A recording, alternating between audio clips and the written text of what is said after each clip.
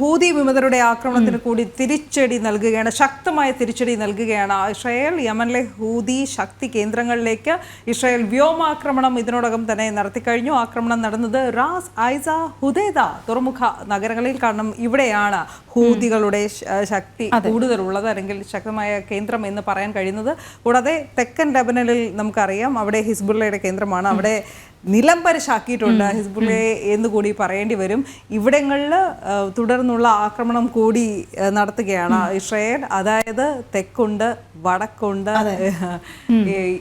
എവിടെ നിന്നൊക്കെ ഭീകരവാദത്തിൻ്റെ വേരുകളുണ്ടോ അവിടെയെല്ലാം അതെല്ലാം അറുത്ത് മുന്നോട്ട് പോകുമെന്നുള്ള ബെഞ്ചമിൻ നെതന്യാഹുവിന്റെ വാക്കുകൾ അത് ശരിവെക്കുകയാണ് ഇസ്രായേൽ പ്രതിരോധ സേന ഓരോ ദിനത്തെയും. അതായത് ഒരു റെക്കോർഡ് പോലും സൃഷ്ടിച്ചുകൊണ്ടാണ് ഈ ഹിസ്ബുള്ളയുടെ നേതാക്കളെല്ലാം അതായത് മണിക്കൂറുകൾക്കകമാണ് ആക്രമിച്ച് വകവരുത്തിക്കൊണ്ടിരിക്കുന്നത്. പക്ഷെ പകച്ചു നിൽക്കുകയാണ്. കാരണം ഹിസ്ബുള്ളയെ സംബന്ധിച്ചിടത്തോളം ഇനി എങ്ങനെ അവരുടെ മുന്നോട്ട് പോക്ക് എന്നറിയാൻ കഴിയാത്ത ഒരു വിധം മുതിർന്ന നേതാക്കളെല്ലാം കൊല്ലപ്പെട്ട ഒരു അവസ്ഥ. കാരണം തെക്കൻ ബെയ്റൂട്ടിലാണ് ഈ ഹിസ്ബുള്ളയുടെ ശക്തി കേന്ദ്രങ്ങൾ ഉള്ളത്.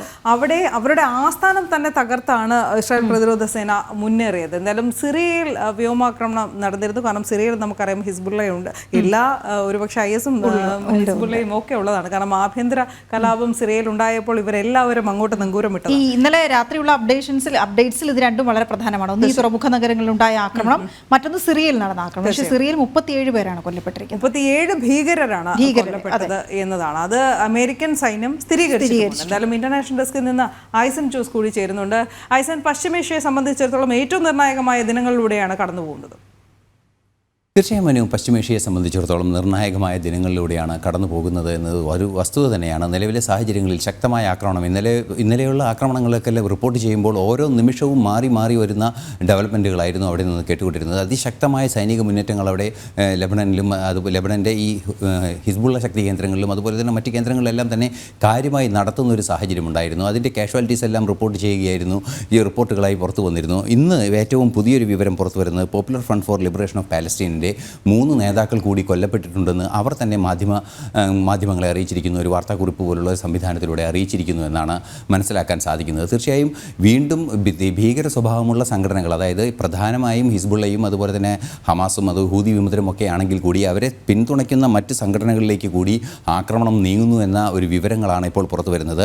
അതായത് popular front for liberation of Palestine എന്ന് പറയുന്ന സംവിധാനത്തെ ആക്രമിച്ചു എന്ന വിവരമാണ് ഇപ്പോൾ ഏറ്റവും പുതുതായി പുറത്തു വരുന്നത്. ഇത്തരത്തിൽ തുടർച്ചയായ ആക്രമണങ്ങൾ ഉണ്ടായിക്കൊണ്ടിരിക്കുന്നു. നേരത്തെ ഞാൻ സൂചിപ്പിച്ചതുപോലെ 2 ദിവസം മുമ്പാണ് ഹൂതി വിമതർ ഇസ്രായേലിലേക്ക് ഒരു മിസൈൽ അയച്ചത്. ആ മിസൈൽ അയച്ചതിൻ്റെ ഒരു റിറ്റാലിയേഷനാണ് ഇന്നലെ നടന്ന ആക്രമണം എന്നാണ് മനസ്സിലാക്കാൻ സാധിക്കുന്നത്.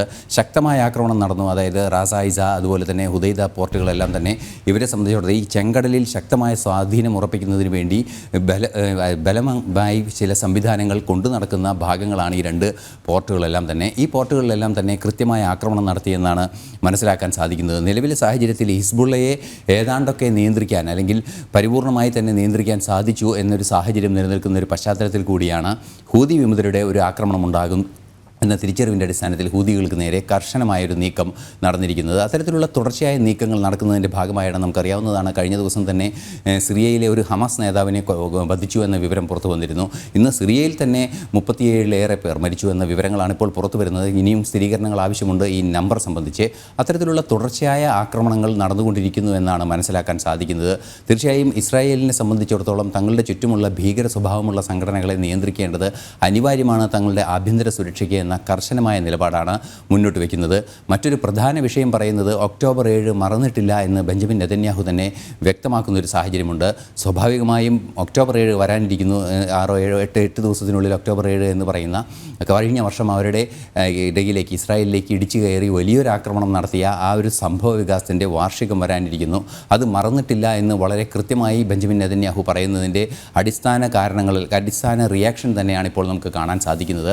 തീർച്ചയായും ഇനിയും ശക്തമായ ആക്രമണം ഹിസ്ബുള്ളയ്ക്കെതിരെയും ഒരുപക്ഷേ ഹിസ്ബുള്ളയെ പിന്തുണയ്ക്കുന്ന മറ്റ് സംഘടനകൾക്കെതിരെയും ഉണ്ടായിക്കൂടുന്നില്ല. ഇപ്പോൾ സിറിയയിൽ ഉണ്ടായിരിക്കുന്ന ആക്രമണം അത്തരത്തിലൊരു ആക്രമണം തന്നെയാണ്. മറ്റൊരു പ്രധാന വിഷയം എടുത്തു പറയേണ്ടത് ഇന്നലെ അമേരിക്കയുടെ പ്രതിരോധ ഭാഗത്ത് പെൻറ്റഗണിൻ്റെ ഭാഗത്തു നിന്ന് വളരെ കൃത്യമായ നിലപാടുണ്ടായത് ഇസ്രായേലിന് പിന്തുണ നൽകുന്നതിനെ മെഡിറ്ററേനിയനിലും അതുപോലെ തന്നെ ചെങ്കടലിലും ശക്തി ആവശ്യമുണ്ടെങ്കിൽ വ്യോമസേനയെ ഉൾപ്പെടെ അയക്കുമെന്ന് വളരെ കൃത്യമായി പറഞ്ഞിരുന്നു. അതിൻ്റെ അർത്ഥം തന്നെ നമുക്ക് വായിച്ചെടുക്കാവുന്നതാണ്. ഇപ്പോൾ നിലവിൽ തന്നെ എയർക്രാഫ്റ്റ് കാരിയറുകൾ മെഡിറ്ററേനിയനിലുണ്ട്. അമേരിക്കയുടെയും ബ്രിട്ടൻ്റെയും ഈ എയർക്രാഫ്റ്റ് കാരിയറുകളിൽ നിന്നും വ്യോമസേന ശക്തമായൊരു ആക്രമണം ഹൂതി വിമതരുടെ കേന്ദ്രങ്ങളിലേക്ക് നടത്താനുള്ള സാധ്യതയും തള്ളിക്കളയാനാവില്ല എന്നൊരു സൂചനയാണിത് വരുന്നത്. പക്ഷേ ഈ വെടിനിർത്തൽ സാധ്യത ഉണ്ടാകണം, വെടിനിർത്തൽ വേണമെന്നൊരാശയം അമേരിക്ക തന്നെ മുന്നോട്ട് വയ്ക്കുകയും ഫ്രാൻസ് മുന്നോട്ട് വയ്ക്കുകയും ചെയ്തൊരു പശ്ചാത്തലത്തിൽ ഇത് അടിയന്തരമായി നടപ്പാക്കേണ്ടതില്ല എന്നൊരു നിലപാട് ഒരു പക്ഷേ അമേരിക്ക സ്വകാര്യമായി തീരുമാനിച്ചിരിക്കാം, അല്ലെങ്കിൽ അമേരിക്കയുടെ രഹസ്യ സ്വഭാവത്തോടെ തീരുമാനിച്ചിരിക്കാമെന്ന സംശയം മാത്രമേ ഉള്ളൂ. എന്തുതന്നെയായാലും ശക്തമായ ആക്രമണത്തിന് എയർഫോഴ്സിന് ഉൾപ്പെടെ വിട്ടു നൽകാൻ തയ്യാറാണെന്ന് അമേരിക്കയുടെ പെൻറ്റഗൺ ഒഫീഷ്യലായി അറിയിച്ചിരിക്കുന്നു എന്നുള്ളത് ഈ ചെങ്കടലിലെയും അതുപോലെ തന്നെ മെഡിറ്ററേനിയനിലും എല്ലാം തന്നെയുള്ള ഈ അരക്ഷിതാവസ്ഥ നീക്കുന്നതിനുള്ള നീക്കം ലോകരാഷ്ട്രങ്ങൾ ആരംഭിച്ചിരിക്കുന്നു എന്ന് തന്നെയാണ്. ചെങ്കടലിലെ ചരക്ക് നീക്കം നിർത്തിവെപ്പിക്കപ്പെട്ടിട്ട് കുറേ നാളുകളായി അതിശക്തമായ ഒരു നാവിഗേഷൻ ചാനലാണ്, അല്ലെങ്കിൽ ഏറെ കാര്യക്ഷമമായി പ്രവർത്തിക്കുന്ന ഒരു നാവിഗേഷൻ ചാനലാണ് ഇത്തരത്തിൽ ബ്ലോക്കായിരിക്കുന്നത് എന്നതുകൊണ്ട് തന്നെ അവിടെ സുരക്ഷ ഉറപ്പാക്കേണ്ടത് അനിവാര്യമാണ് എന്നൊരു യാഥാർത്ഥ്യം കൂടി നിലനിൽക്കുന്നുണ്ട്.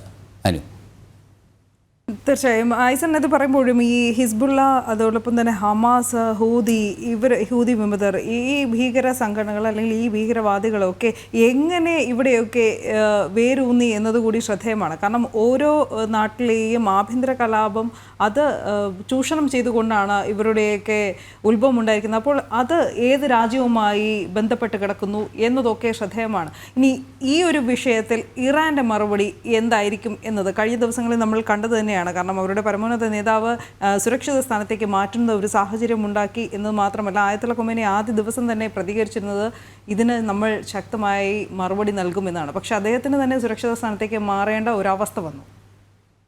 തീർച്ചയായും മറുപടി നൽകുമെന്ന് ഇറാൻ അന്ന് തന്നെ വ്യക്തമാക്കുന്നു, അല്ലെങ്കിൽ ഇറാൻ്റെ ഈ ആയത്തുള്ള ഖൊമേനിയുടെ പ്രതികരണം തന്നെ ഉണ്ടാകുന്നു. അത് വളരെ കൃത്യമായി പറയുന്നത് ഹസൻ നസ്രള്ളയുടെ വധം സംബന്ധിച്ചുള്ള പ്രതികരണത്തിലാണ് ഇക്കാര്യം വളരെ കൃത്യമായി വ്യക്തമാക്കിയത്. നമുക്കറിയാവുന്നതാണ്, ഈ ഹസൻ നസ്രള്ളയുടെ നേതൃത്വത്തിൽ ഹിസ്ബുള്ള ആരംഭിക്കുമ്പോൾ തന്നെ അതിന് പിന്തുണ നൽകുകയും അവർ ഈ ഹിസ്ബുള്ള വിധേയത്വം പ്രഖ്യാപിക്കുകയും ചെയ്തത് ഇറാനിലെ ഇസ്ലാമിക് റവല്യൂഷണറി ഗാർഡ്സ് കോർപ്സ് എന്ന് പറയുന്ന, അല്ലെങ്കിൽ ആ സംവിധാനത്തോടെ ഇസ്ലാമിൻ്റെ പരമാധികാരം എന്ന് പറയുന്ന രീതിയിലേക്ക് നിലനിൽക്കുന്ന ഇറാൻ്റെ സംവിധാനത്തിലേക്കാണ് അവർ വിധേയത്വത്തിനുള്ള നീക്കം നടത്തിയത്. സ്വാഭാവികമായും ശക്തമായൊരു തിരിച്ചടി അവർക്കുണ്ടായിരിക്കുന്നു എന്നതാണ് യാഥാർത്ഥ്യം. നമുക്കറിയാവുന്നതാണ്, ഇത്തരത്തിലുള്ള ഭീകര സംഘടന, ഭീകര സ്വഭാവമുള്ള സംഘടനകളെല്ലാം തന്നെ ഭീകരാക്രമണത്തിലൂടെ ടെറർ സൃഷ്ടിക്കുക എന്ന ലക്ഷ്യത്തോടെ ഈ പല പ്രവർത്തികളും ചെയ്യും. അത് സമൂഹത്തിലും അല്ലെങ്കിൽ രാഷ്ട്രീയമായും ജനങ്ങൾക്കിടയിലും അവരെ ഒറ്റപ്പെടുത്തുന്നൊരു സാഹചര്യം ഉണ്ടാകും. അത്തരത്തിലുള്ളൊരു ഒറ്റപ്പെടലിലേക്ക് നീങ്ങിക്കൊണ്ടിരിക്കുന്നൊരു പശ്ചാത്തലം കൂടിയാണ് ഇപ്പോൾ ഉണ്ടായിരിക്കുന്നത് എന്നതാണ് ഒരു യാഥാർത്ഥ്യം. സ്വാഭാവികമായും ഇത്തരത്തിലുള്ള ഒറ്റപ്പെടൽ ഈ ഹിസ്ബുള്ളയെ സംബന്ധിച്ചിടത്തോളം ഉണ്ടാകുന്നു. ഷിയ മുസ്ലിമുകളുടെ മാത്രം ഒരു സംഘടനയായി അത് ചുരുങ്ങുന്നു. അല്ലെങ്കിൽ നേരത്തെ അത് ഷിയ മുസ്ലിമുകളും മറ്റുള്ളവരും, അത് ചില ക്രിസ്ത്യൻ വിഭാഗങ്ങൾ പോലും ഉൾപ്പെട്ടിരുന്നു എന്ന വിവരങ്ങളൊക്കെ പുറത്തു വരുന്നുണ്ട്, അല്ലെങ്കിൽ പിന്തുണ പ്രഖ്യാപിച്ചിരുന്നു. എന്നാൽ ഈ നിലവിലെ സാഹചര്യത്തിൽ അത്തരത്തിലുള്ള ഒരു പിന്തുണയും ഇല്ല. ഷിയ മുസ്ലിമുകളുടെ മാത്രം ഒരു സംഘടന, ഒരു ഭീകര സ്വഭാവമുള്ള മുസ്ലിം സംഘടന, അല്ലെങ്കിൽ ഒരു ഫണ്ടമെൻ്റലിസ്റ്റ് സംഘടന എന്ന നിലപാടിൽ മാത്രമാണ് ലോകമതിരെ നോക്കിക്കാണുന്നത്. അത്തരത്തിലുള്ള ഫണ്ടമെൻ്റലിസ്റ്റ് ഫോഴ്സുകളെ ഒന്നിപ്പിക്കുക എന്നായിരുന്നു ഇറാൻ ആ മേഖലയിൽ എടുത്ത ആ ഒരു തന്ത്രം. ആ തന്ത്രത്തെയാണ് ഇപ്പോൾ ശക്തമായ പ്രതിരോധത്തിലൂടെ, അതായത് ഇറാൻ്റെ ഈ തന്ത്രത്തിൻ്റെ ഭാഗമായുണ്ടായ മിലീഷ്യകളാണ്, അതായത് മിലിറ്ററി സംവിധാനങ്ങൾ, ഒരു ജനാധിപത്യ സ്വഭാവമില്ലാത്ത മിലിറ്ററി സ്വഭാവത്തോടെ നിലനിൽക്കുന്ന രാഷ്ട്രങ്ങൾ ഇത്തരത്തിലുള്ള മിലീഷ്യകളെ കൃത്യമായി നിയന്ത്രിക്കാനുള്ളൊരു നീക്കം തന്നെയാണ് ഉണ്ടായിക്കൊണ്ടിരിക്കുന്നത്.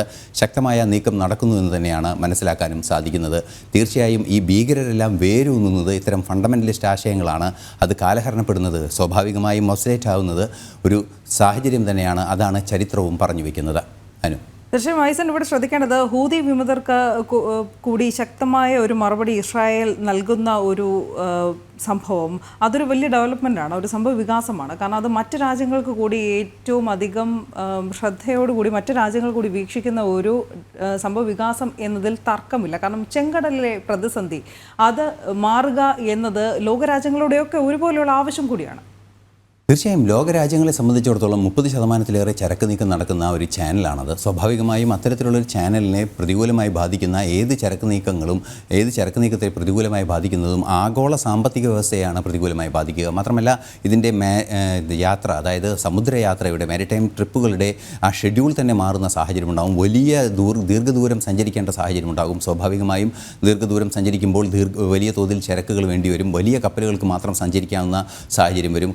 കമ്പാരിറ്റീവ്ലി കമ്പാരിറ്റീവ്ലി വലിയ കപ്പലുകൾക്ക് മാത്രം സഞ്ചരിക്കാവുന്ന അല്ലെങ്കിൽ അത്തരത്തിലുള്ള ആക്ടിവിറ്റി നടത്താവുന്ന നാവിഗേഷൻ നടത്താവുന്ന ഒരു സാഹചര്യത്തിലേക്ക് കാര്യങ്ങൾ നീങ്ങും. മാത്രമല്ല ആ പ്രദേശത്തിൻ്റെ സാമ്പത്തികാവസ്ഥയെ ഏറെ പ്രതികൂലമായി അത് ബാധിക്കുകയും ചെയ്യും. കാരണം നമുക്കറിയാവുന്നതാണ്, ചെങ്കടൽ കേന്ദ്രീകരിച്ച് പല പോർട്ടുകളും അതുപോലെ തന്നെ പല സാമ്പത്തിക സംവിധാനങ്ങളും പ്രവർത്തിക്കുന്നുണ്ട്. ഈ പ്രവർത്തിക്കുന്ന സംവിധാനങ്ങളെല്ലാം തന്നെ ഒരു വലിയ ആഘാതം ഏറ്റുവാങ്ങുന്ന ഒരു സാഹചര്യം ഉണ്ടാകും. അത്തരത്തിലൊരു ആഘാതം ഏറ്റുവാങ്ങിയാൽ സ്വാഭാവികമായും ആ പ്രദേശത്തുള്ള സാമ്പത്തിക സ്ഥിതി തന്നെ മാറുന്ന ഒരവസ്ഥയുണ്ടാകും, തൊഴിലില്ലായ്മ, അത്തരത്തിലുള്ള വലിയ പ്രശ്നങ്ങളിലേക്ക് കാര്യങ്ങൾ ചെന്നെത്തുമെന്നതുകൊണ്ട് തന്നെ ഈ ചെങ്കടലിലെ പ്രശ്നം പരിഹരിക്കുക എന്നുള്ളത് വളരെ കൃത്യമായൊരു നീക്കം തന്നെയാണ് ലോകത്തിൻ്റെ ഭാഗത്തു നിന്നുണ്ടാകുന്നത്.